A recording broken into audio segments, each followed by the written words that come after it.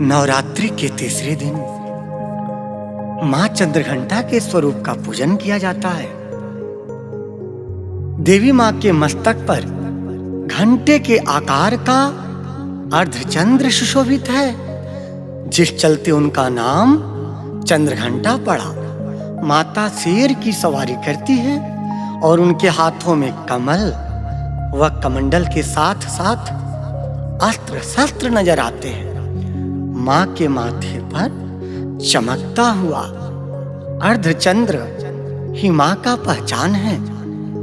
मां प्रसन्न होकर सभी प्रकार की मनोकामनाएं पूर्ण करती हैं।